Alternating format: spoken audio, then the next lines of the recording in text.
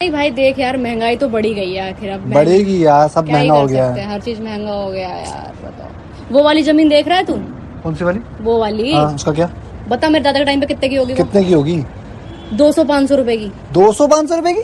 ऐसी थी। और आप पूछ कितने की है? अब कितने की है? 10 करोड़ से नीचे हाथ नहीं लगाने देगा तुझे। 10 करोड़? उस टाइम पे क्या था ना, जंगल था, पूरा जंगल। जंगल था। क्या था, हाँ। ग्रेटर नोएडा में कुछ नहीं था। हाँ। पूरा जंगल था, सस्ता मिल रहा था, लोगों को लगा भाई जंगल में कौन ही रहने जाएगा। और आज देख ले, सेम नोएडा सेक्टर 18 जो है, पूरा जंगल था।